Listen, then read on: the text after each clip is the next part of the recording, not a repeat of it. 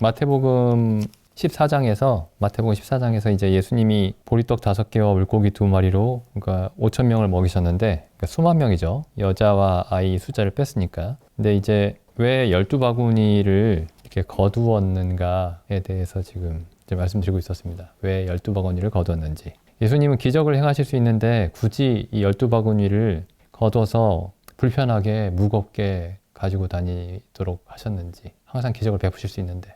또 뿐만 아니라 또 돈주머니도 가지고 다녔어요. 예수님과 제자들이. 그래서 제자들 중에 돈주머니를 맡았던 사람이 있죠. 가룟 유다가 맡고 있었습니다. 돈주머니를. 예수님이 왜 제자들과 함께 다니시는데 돈이 필요하실까? 그냥 그 예수님이 베드로와 예수님을 위해서 성전세를 내시기 위해서 물고기 입에서 그 동전을 꺼내시는 그런 기적이 있었죠. 그러니까 돈이 필요하면 뭐 물고기 입에서 동전을 꺼내셔도 되는데 아니면 뭐 필요하면 베드로한테 물고기 한번 잡으러 가자 해서 물고기를 잔뜩 잡아가지고 팔아서 돈을 마련하시면 되는데 굳이 그 돈주머니를 예수님과 제자들이 이제 움직이실 때 그 돈주머니를 가지고 다녔습니다. 관리하는 사람도 따로 두시고 관리하는 제자도 가룟 유다를 왜 이제 그렇게 하셨을까? 예수님은 항상 기적을 베푸실 수 있는데 그러니까 이제 성경에서 그 기적은 그냥 단순히 이제 기적이 아니고 단순히 그러니까 어떤 초자연적인 일이 아니고 놀라운 일, 그냥 놀라운 일이 아니고 어떤 상징적인 의미를 영적인 어떤 메시지를 전달하기 위해서 일으키신 일입니다. 그러니까 뭔가 이거 그냥 일반적인 방식으로 모든 일을 행하면 불편하니까 그냥 다 기적으로 대체하자. 그렇게 하신 게 아니고 기적은 어떤 영적인 메시지를 전달하시기 위해서 일으키신 초자연적인 일입니다. 그러니까 기적을 아무렇게나 쓰신 게 아니에요. 그러니까 우리는 기적하면 놀라운 일, 자연의 법칙으로서는 설명하기 어려운 일, 불가능한 일, 뭐 그런 걸 기적이라고 하는데 성경에서 말하는 기적은 그런 일에 영적인 메시지가 들어있습니다. 그 영적인 메시지가 없이 그냥 사람들을 깜짝 놀라게 하려고 하는 그런 기적은 없습니다. 성경에. 그런 의미가 하나 있고 또 하나는 그러니까 이제 그 기적의 의미, 그 기적의 정의 자체가 기적의 그 중요한 조건 하나가 요건이 자연의 법칙을 뛰어넘는 거죠. 그러니까 자연의 법칙으로 설명되지 않는 것. 그게 이제 기적이 갖추어야 되는 조건 중에 하나입니다. 중요한 조건이죠. 이제 예수님은 지금 이 양식을 먹고 마셔야 되는 그 양식과 음료를 기적으로 만드실 수 있었음에도 불구하고 그렇게 하지 않으셨습니다. 항상 그렇게 하지 않으셨습니다. 필요할 때는 이렇게 하셨죠. 예수님이 하늘에서 내려오는 그 양식과 음료라는 사실을 말씀하시기 위해서 예수님이 참된 양식이고 참된 음료라는 사실을 말씀하시기 위해서 이 오병이어의 기적을 일으키신 겁니다. 근데 그 외에는 예수님이 어떤 기적을 행하시지 않으세요. 뭐 제자들에게 간식을 주려고 갑자기 뭐 마술을 부르신다거나 그렇게 하지 않으셨습니다. 그 우물가에 요한복음에 나오는 그 우물가의 사마리아 여인을 만나실 때도 그게 목마르시면 그냥 기적으로 물을 만들어서 마시면 되는데 목이 말라서 우물가에 가셨다가 그 우물가에서 이제 주저앉으셨죠. 피곤하셔서. 그래서 예수님이 항상 기적 속에서 사신 것은 아닙니다. 항상 기적을 일으키시면서 사신 게 아닙니다. 그러니까 자연의 법칙 속에서 사시기도 하셨고 그런데 하나님의 특별한 메시지를 전하기 위해서는 기적을 행하셨습니다. 그래서 이제 제자들이 일반적으로 그 예수님과 함께 여행을 하면서 먹고 마시는 일은 기적으로 해결하신 게 아니고 이렇게 남은 조각, 이 12바구니에 남은 양식을 가지고 해결하셨던 거죠. 그래서 한마디로 이제 앞으로 또 여정에서 필요한 양식들을 준비하신 겁니다. 양식을 준비하신 거죠. 그래서 이제 뭐 우리가 양쪽 극단으로 갈 수가 있어요. 한쪽은 뭐 하나님이 우리를 어떤 초자연적인 방법으로 우리를 항상 도우실 수 있습니다. 언제든지 개입하셔서. 성경에 이제 그런 이야기들로 가득 차 있죠. 이제 그렇기 때문에 우리가 일반적으로 해야 되는 일, 그러니까 자연적으로 해야 되는 일들을 그냥 별로 중요하지 않게 생각할 수 있습니다. 하나님이 항상 모든 일을 기적으로 행하신다라고 생각하면서 우리가 마땅히 이 땅에서 합리적으로, 이성적으로 처리해야 될 일들을 하나님이 알아서 하시겠지 하면서 하지 않을 수도 있습니다. 반면에 하나님이 언제든지 필요하면은 기적을 통해서 기적적으로 관여하실 수 있는데도, 직접 관여하실 수 있는데도 우리가 그걸 믿지 못하고 마치 모든 일이 우리에게 달려있는 것처럼 그렇게 살 수도 있는 거죠. 그러니까 이 양쪽이 전부 다 잘못된 겁니다. 이 고린도전서 말씀을 보시면은 고린도전서 3장, 이제 뭐 복음을 전하는 일에 관해서 우리가 생각을 해보면 그 복음을 전한다는 게 우리가 가까이 있는 가족들에게 전하는 것일 수도 있고, 아니면은 뭐 세상에서 일을 하다가 만나는 사람들에게 전하는 것일 수도 있고, 이제 여러 가지 형태로 전할 수가 있는데, 이제 이런 생각들이, 사람들이 이런 생각들을 하기가 쉽죠. 뭐 우리 중에도 그런 생각을 하는 사람들이 있었지만은 기독교 역사 속에도 있었습니다. 어떤 거냐면은 하나님이 사람의 마음을 열어주셔야 사람이 믿을 수 있는 거다. 그러니까 우리가 뭘 해봤자 소용이 없다. 그래서 우리가 뭔가를, 복음을 전하기 위해서 뭔가를 한다라는 거는 맞지 않는 거다. 성경에 맞지 않다. 이렇게 결론을 내려서 이제 복음을 전하기 위해서 아무 일도 할 필요가 없다. 라는 결론에 도달하는 사람들이 있었습니다. 우리 중에도 있었고 역사 속에도 있었어요.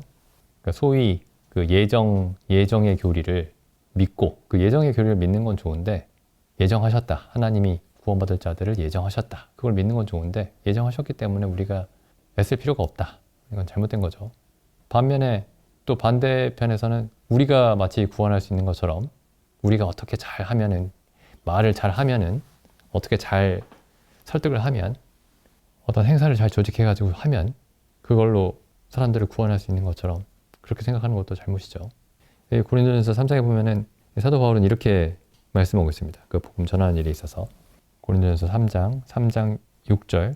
나는 심었고 아볼로는 물을 주었으되 오직 하나님은 자라나게 하셨나니. 그래서 여기 심는 사람도 필요하고 물 주는 사람도 필요합니다. 오직 하나님만 자라나게 하실 수 있지만 반드시 심는 사람도 필요하고 반드시 물 주는 사람도 필요하죠. 그리고 심는 사람과 물 주는 사람도 지혜롭게, 최대한 지혜롭게 심고 물을 줬겠죠. 이게 이제 복음을 전하는 일에 있어서도 그런데, 또 한 군데 재미있는 것을 볼까요? 사도행전 23장. 사도행전 23장에 보시면은 사도 바울이 이제 전도 여행을 하다가 결국에는 이제 예루살렘에 옵니다. 예루살렘에 왔는데 예루살렘에서 이제 붙잡히죠. 붙잡혀서 이제 결국에 예루살렘에서 로마로 압송을 당합니다. 예루살렘에서 로마로 압송을 당해요. 그 중에 일어난 일입니다. 아직 로마로 떠나기 전에. 그래서 23장에 보시면은 지금 바울이 붙잡힌 게 이제 21장에서 붙잡혔죠. 21장에서 붙잡혔고 21장 27절에 나오죠. 21장 27절에 바울이 붙잡힌 일이 나오고, 그 다음에 22장부터 여기서부터 이제 계속 사도 바울이 유대인들 앞에서 자기 변호를 합니다. 자기 변론을 하죠. 그래서 굉장히 막 이제 그 예루살렘에 엄청난 문제를 일으킵니다. 분란을 일으키죠. 그래서 다시 이제 감옥에 갇혀 있는데 23장 11절에 보시면은 그날 밤에 주께서 바울 곁에 서서 이르시되 담대하라. 내가 예루살렘에서 나의 일을 증거한 것과 같이, 그러니까 네가 지금 예루살렘에서 복음을 증거한 것처럼 로마에서도 증거하여야 할 것이다. 예수님이 직접 말씀하신 거예요. 예수님이. 그죠? 12절 보시죠. 날이 새매 유대인들이 당을 지어 맹세하되 바울을 죽이기 전에는 먹지도 아니하고 마시지도 아니하겠다 하고 이같이 동맹한 자가 40여 명이더라. 이제 40여 명이, 유대인 40여 명이, 그러니까 암살단을 꾸민 겁니다. 암살단을. 굉장히 무시무시한 일이죠. 이런 일 아무도 아마 경험해보지 못하셨을 겁니다. 어떤 성인 남자들 40명이 나를 죽이려고 작정을 하고 있다면 굉장히 무서운 일이겠죠. 14절.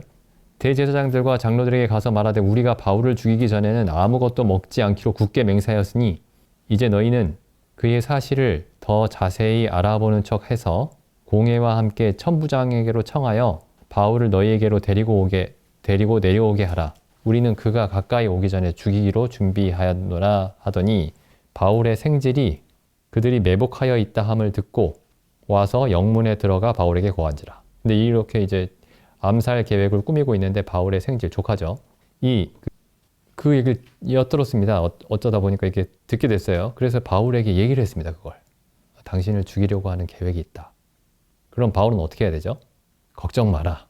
어젯밤에 주님이 내게 나타나셔서 내가 예루살렘에서 복음을 증거한 것처럼 로마에서도 복음을 증거할 거라고 말씀하셨으니까 나에게는 아무 일이 일어나지 않을 것이다. 걱정하지 마라. 물론 그런 생각도 분명히 있었을 겁니다. 그런데 바울이 내가 아무런 조치를 취하지 않아도 어차피 나는 로마에 가게 돼 있어. 주님이 그렇게 말씀하셨거든. 그렇게 하지 않았습니다. 보시죠. 23절 신절 보시면 바울의 생질이 그들이 매복하여 있다함을 듣고 와서 영문에 들어가 바울에게 고한지라. 17절 바울이 한 백부장을 청하여 가로되 이 청년을 천부장에게로 인도하라. 그에게 무슨 할 말이 있다 하니. 그래서 자기를 지키고 있던 백부장에게 백부장을 이제 불러오라고 했겠죠. 그 자기 옆에 있는 그 로마 군사에게 백부장하고 할 얘기가 있다. 그래서 백부장한테 그 얘기를 하지 않고 이 청년을 천부장에게 좀 보내주라. 그냥 백부장한테 얘기해도 되지 않았을까요? 누가 나를 죽이려고 한다. 40명이 나를 죽이려고 지금 작정하고 있다. 백부장한테 얘기하지 않고 천부장에게 얘기했습니다. 그러니까 지금 바울이 생각할 때 백부장으로서는 이 문제를 해결할 수 없을 거라고 생각을 한 것 같아요. 천부장이 해결할 수 있다고 생각한 것 같습니다. 그리고 지금 이 청년을 그 천부장에게로 인도해 달라 이렇게 얘기를 하죠. 그래서 18절에 천부장에게로 데리고 가서 가로되 죄수 바울이 나를 불러 이 청년이 당신께 할 말이 있다 하여 데리고 가기를 청하더이다 하매 천부장이 그 손을 잡고 물러가서 조용히 묻되 내게 할 말이 무엇이냐. 대답하되 유대인들이 공모하기를 저희들이 바울에 대하여 더 자세한 것을 묻기 위함이라 하고 내일 그를 데리고 공회로 내려오기를 당신께 청하자 하였으니 당신은 저희의 청함을 쫓지 마소서.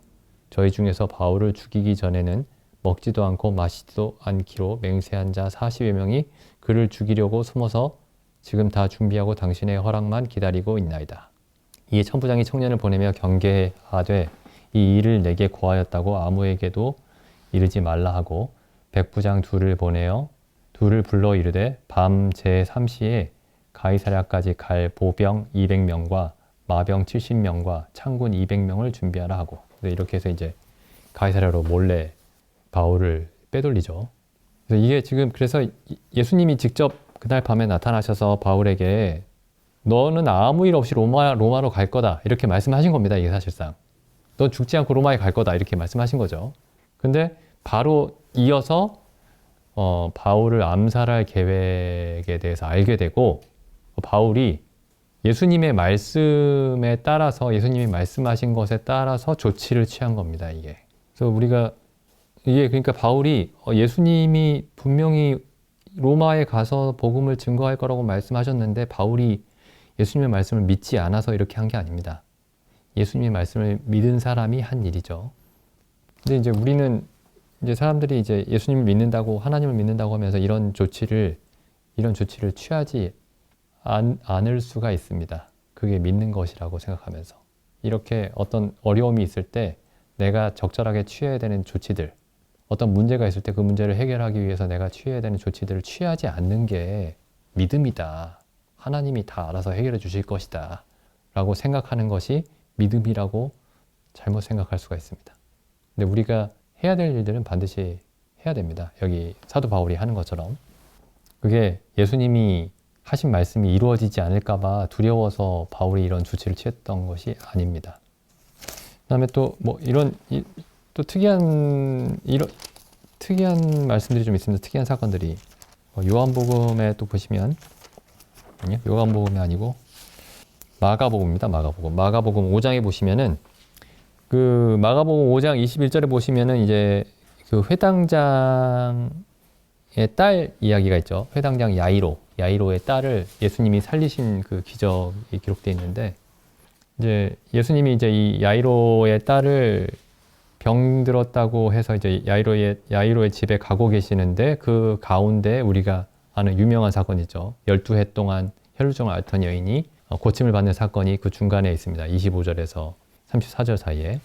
근데 이 사이에 이제 딸이 죽었습니다. 그 회당장의 딸이. 그러니까 이제 예수님이 가시면서 죽었다고 하니까 예수님이 뭐라고 말씀하시냐면 36절에 예수께서 그 하는 말을 곁에서 들으시고 회당장에게 이르시되 두려워 말고 믿기만 하라. 베드로와 야고보와 야고보의 형제 요한 외에 아무도 따라옴을 허락치 아니하시고 제자들 중에서도 이제 이 세 제자만 데리고 들어가셨죠. 그 다음에 이 딸을 살리십니다. 이 소녀를. 41절에 보시면 그 아이의 손을 잡고 가라사대 달리다굼 하시니 번역하면 곧 소녀야 내가 내게 말하노니 일어나라 하십니다. 소녀가 곧 일어나서 걸으니 나이 12살이라. 사람들이 곧 크게 놀라고 놀라거늘 예수께서 이 일을 아무도 알지 못하게 하라고 저희를 많이 경계하시고 이에 소녀에게 먹을 것을 주라 하시니라. 이 말씀 왜 기록되어 있나요? 이에 소녀에게 먹을 것을 주라. 좀 살려주시려면 좀 힘이 넘치게 살려주시지 배고픈 상태로 왜 살려주셨을까요? 우리가 그러니까 예수님이 지금 이 소녀가 배가 고픈 것에 대해서는 그냥 일반적인 방식으로 그 소녀가 배고픔을 해결하고 계십니다. 일반적인 방법으로. 이걸 기적으로 해결하지 않으세요. 근데 이것도 우리가 일반적으로 해결하는 모든 일들도 사실 하나님의 은혜로 해결하고 있는 겁니다. 우리가 매일 아침 일어나서 밥을 먹고 움직이고 이런 것들도 자연적인 것이지만은 그 자연적인 것이 그 안에 다 그게 전부 하나님이 하시는 일이죠. 하나님이 하시는 일입니다. 자연의 법칙 넘어서 일어나는 일만 하나님이 하시는 일이 아니고 자연의 법칙 안에서 행하시는 일들도 전부 하나님이 하시는 일입니다. 사도행전에 보면 이제 그런 말씀들이 있죠. 사도행전에서 이제 사도 바울이 헬라인들, 그리스 사람들에게 그런 얘기를 하죠. 사도행전 14장, 사도행전 14장 17절, 14장 15절부터 읽어보죠. 가로되 여러분이 어찌하여 이러한 일을 하느냐? 우리도 너희와 같은 성정을 가진 사람이라. 너희에게 복음을 전하는 것은 이 헛된 일을 버리고 천지와 바다와 그 가운데 만유를 지으시고 살아계신 하나님께로 돌아오라 함이라. 하나님이 지나간 세대에는 모든 족속으로 자기의 길들을 다니게 묵인하셨으나, 그러니까 마음대로 다니도록 묵인하셨으나, 그러나 자기를 증거하지 아니하신 것이 아니니 곧 너희에게 하늘로서 비를 내리시며 결실기를 주시는 선한 일을 하사 음식과 기쁨으로 너희 마음에 만족해 하셨느니라. 그래서 하나님을 모르는 이방인들이 하늘에서 내리는 비를 이용해서 농사를 짓고 결실을 맺고 음식을 먹고 즐거워하고 이런 모든 일이 그냥 자연적으로 일어난 일이 아니고 하나님이 그렇게 하셨다. 이렇게 말씀하고 있죠. 하나님이 하셨다. 그러니까 아까 사도 바울이 했던 조치를 생각해 보시면은 하나님이 하실 일이 있고 사도 바울이 할 일이 있는 게 아니고 단순히 사도 바울이 하는 일이 하나님이 사도 바울에게 지혜를 주셔서 하신 일입니다. 사도 바울에게 지혜를 주셔서. 나를 암살할 계획이 있는데 나는 예수님의 말씀대로 예루살렘에서 예수님을 증거한 것처럼 로마에서도 증거를 해야 되는데 그렇게 하기 위해서는 이러하게 조치를 취해야 되겠구나 해서 조치를 취한 겁니다. 그 다음에 여기 사도행전 17장에도 보시면은 이제 바울이 아테네에 가서 이렇게 얘기를 하죠. 17장 24절을 보시면 우주와 그 가운데 있는 만유를 지으신 신께서는 천지의 주제시니 손으로 지은 전에 계시지 아니하시고 또 무엇이 부족한 것처럼 사람의 손으로 섬김을 받으시는 것이 아니니 이는 만민에게, 그러니까 이스라엘 백성에게만 아니고 만민에게 생명과 호흡과 만물을 친히 주고 계신다. 하나님이 이렇게 하고 계십니다. 자연적인 어떤 자연의 법칙들을 통해서 하나님이 친히 만드신 자연을 통해서 일반적인 방식을 통해서 그래서 예수님은 이제 이런 사실에서 이렇게 말씀하셨죠. 마태복음 5장 43절부터 읽어보겠습니다. 또 내 이웃을 사랑하고 내 원수를 미워하라 하였다는 것을 너희가 들었으나 나는 너희에게 이르노니 너희 원수를 사랑하며 너희를 핍박하는 자를 위하여 기도하라. 이같이 한즉 하늘에 계신 너희 아버지의 아들이 되리니 이는 하나님이 그 해를 악인과 선인에게 비추게 하시며 비를 의로운 자와 불의한 자에게 내리우심이니라. 해는 공중에 떠 있으니까 누구에게나 비치는 거고 비는 그냥 내리는 거니까 누구나 맞는 거죠. 그렇게 생각할 수 있는데 예수님은 이렇게 말씀하셨습니다. 그 해를 악인과 선인에게 비추시고 그 비를 의로운 자와 불의한 자에게 내리신다. 그래서 이 의인뿐만 아니라, 그러니까 선인뿐만 아니라 악인도 하나님의 은혜로 살고 있고, 물론 이게 구원의 은혜는 아닙니다. 구원의 은혜는 아니에요. 결국에 이렇게 살다가 이제 지옥에 가는 거죠. 근데 그때까지, 마지막 때까지 하나님이 은혜를 베풀고 계십니다. 그리고 신기하죠, 이게. 어찌 보면 신기합니다. 영원한 형벌에 들어갈 사람들을 끝까지 해를 비춰주시고 비를 내려주십니다. 그러니까 해만 비추시고 비만 내리시는 게 아니고, 이거 해와 비가 하나님이 사람에게 일반적으로 베푸시는 은혜에 대한 어떤 대표적인 비유예요. 그럼 하나님이 해와 비만 주시는 게 아니죠. 하나님이 사람들에게 뭘 주시나요? 생각하는 힘을 주십니다. 여러 가지 능력을 주세요. 여러 가지 기술을 주십니다.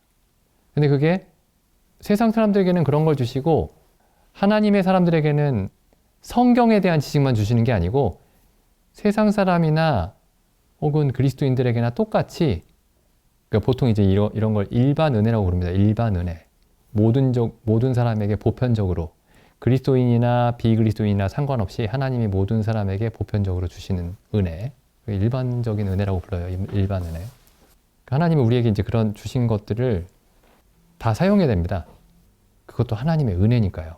그러니까 하나님의 은혜를 그냥 하나님이 아무 의미 없이 그냥 낭비하도록 주신 게 아닙니다. 그러니까 제가 이 주일날 드린 말씀이랑 사실 같은 주제의 말씀이에요. 이제 제 자신이 이제 그런 생각들을 꽤 했었기 때문에 이제 드리는 말씀일 수도 있는데, 하나님께 속한 일들이 있고 세상적인 일들이 있다. 이런 생각이 잘못되었다라는 것을 보여주는 말씀드립니다. 모든 게 하나님께 속한 겁니다. 모든 것이. 그래서 하나님 우리에게 주신 어떤 생각, 이성적인 능력이나 세상 사람들도 가지고 있는 어떤 능력들, 근데 모든 사람에게 공통적으로 주신 능력들이 있죠. 그런 것들을 다 사용을 해야 됩니다. 이런 것들은 그냥 세상적인 거니까 별로 중요하지 않다. 그렇게 생각할 게 아니고, 여기 이사야 말씀 한번 보겠습니다. 이사야 말씀. 전에도 한번 읽었던 말씀인데, 이사야 28장 보시겠습니다. 이사야 28장 23절 보시죠. 여호와의 모략과 지혜, 너희는 귀를 기울여 내 목소리를 들으라. 자세히 내 말을 들으라. 파종하려고 가는 자가 어찌 끊이지 않고 갈기만 하겠느냐? 그 땅을 개간하며 고르게만 하겠느냐? 땅을 계속 갈고만 있지 않는다는 거죠. 파종하기 위해서 밭을 가는 사람들이. 지면을 이미 평평히 하였으면 소외양을 뿌리며 대외양을 뿌리며 소맥을 줄줄이 심으며 대맥을 정한 곳에 심으며 귀리를 그 가에 심지 않겠느냐? 이는 그의 하나님이 그에게 적당한 방법으로 보이사 가르치셨음이며, 하나님이 농사하는 법을 가르치시나요? 그러니까 우리가 모든 것이 하나님께로 났다, 모든 것이 하나님의 것이다라고 이렇게 얘기하면서도, 또 다른 한편으로는 야, 이런 거는 그냥 세상 사람들도 가지고 있는 거잖아. 그거 마치 그냥 사람들이 태어나면서 자동적으로 하나님과 상관없이 갖게 된 어떤 능력인 것처럼, 우리도 태어나면서 가진 어떤 능력이 있는데, 하나님을 알고 복음을 알기 전까지 우리가 가지고 있었던 어떤 지식이나 어떤 능력이나 뭐 그런 것들은 그냥 이건 세상적인 거고, 이렇게 생각할 수 있습니다. 여기 근데 잘 보시면은 하나님이 농사 짓는 법을 가르치십니다. 농사 짓는 법. 이는 하나님이 가르치셨음이며.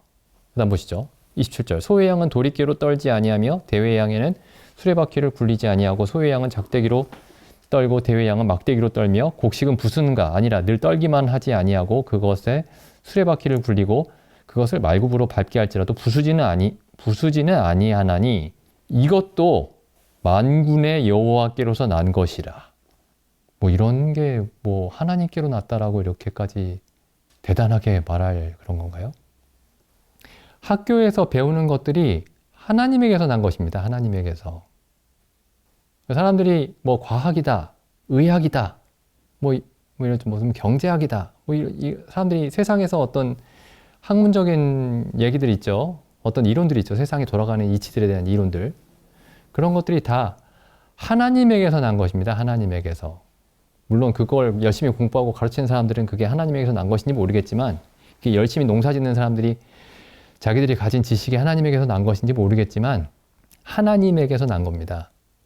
뭐 악기를 연주하는 사람들이든 뭐 수학자들이든 뭐 조각하는 사람들이든 그 사람들이 가지고 있는 어떤 기술이나 예술적인 재능이 전부 하나님에게서 난 겁니다. 전부 하나님 거예요. 그게 하나님 거가 그 사람들이 하나님을 믿지 않기 때문에 하나님 것이 아닌 게 아닙니다. 전부 하나님의 것입니다. 그래서 물론 이제 우리가 분별하는 능력은 있어야 되겠죠. 어떤 지식들은, 어떤 기술들은 하나님께로 온 것인데, 뭐 기술들은 이제 그런 문제가 별로 없지만, 어떤 가치에 대해서 얘기하는 어떤 지식들이 있습니다. 가치에 대해서 얘기하는 그 학문들. 그런 것들은 우리가 분별을 해야 되겠죠. 분별을 해야 됩니다. 그게 정말 하나님에게서 온 것인지 아니면은 하나님에게서 온 것을 사람들이 왜곡시키고 있는 것인지 그런 것들은 분별을 해야 되겠지만은 기본적으로 모든 지식과 지혜와 기술과 이런 것들이 전부 하나님에게서 온 겁니다. 전부 하나님에게서 온 겁니다. 그리고 그런 것들을 부지런히 사용을 해야 됩니다. 하나님이 알아서 해주시겠지. 이런 걸 사용하는 거는 믿음이 아니야. 라고 하는 게 믿음이 아니죠.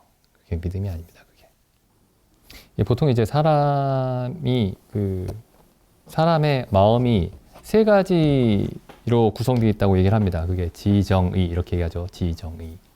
지적인 능력과 감정적인 부분, 감정, 그리고 의지, 지정이 이렇게 구성이 됐다고 얘기를 하죠. 그게 이제 어떤 세상의 철학에서 하는 얘기이기도 한데 성경에서도 항상 그런 식으로 이야기가 되고 있습니다. 그러니까 하나님을 아는 지식이 우리의 감정을 움직이고 그 감정이 무엇을 해야겠다라는 의지를 만들어내는 거죠. 성경도 항상 이런 식으로 되어 있습니다. 그래서 사람에게 이제 이런 생각하는 능력과 그리고 느낄 수 있는 능력과 그리고 어떤 의지력을 주셨습니다. 사람에게. 근데 이런 것들을 사용하는 게 영적이지 않다 이렇게 생각하는 사람들이 있어요. 그 대표적인 사람이 워치만 니 같은 사람입니다. 워치만 니. 저도 옛날에 많이 읽었지만은 보통 혼적이라고 얘기를 해요. 그런 거 혼적이다. 그 어떤 사람의 생각을 사용하는 것이 혼적이다.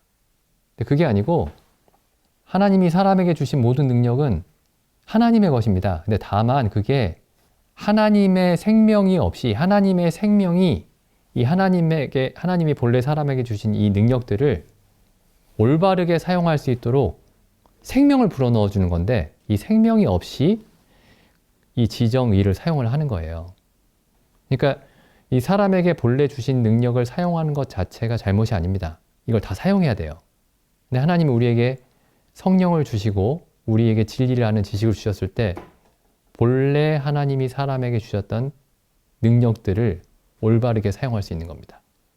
그래서 우리가 막연하게 하나님이 알아서 해주시겠지 하면서 우리가 깊이 정확하게 생각해 봐야 되는 것들을 그냥 그런 거 생각하지 말고 이런 건 믿음이 아니고 그냥 하나님이 해주실 거야. 이렇게 생각하는 것이 믿음이라고 생각하고 있지는 않은지 하나님이 우리에게 주신 것들을 하나님의 말씀 가운데서 전부 다 사용하고 있는지 그런 것들을 좀 생각을 해봤으면 좋겠습니다.